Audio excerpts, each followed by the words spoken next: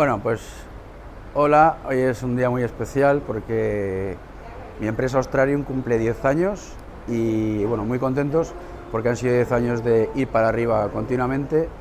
Vamos a celebrar algo muy chulo aquí en el mercado Magazinos en Denia. Vamos a montar, que ya tenemos lista, la primera feria de ostras del mundo de Denia.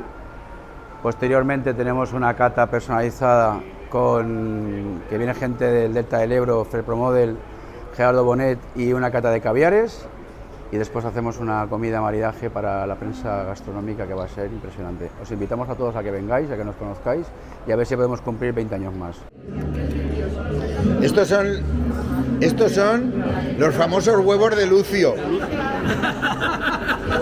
Menos mal que no ha venido Lucio. Australium es una empresa que se creó hace 10 años para crear cultura de ostra en toda España.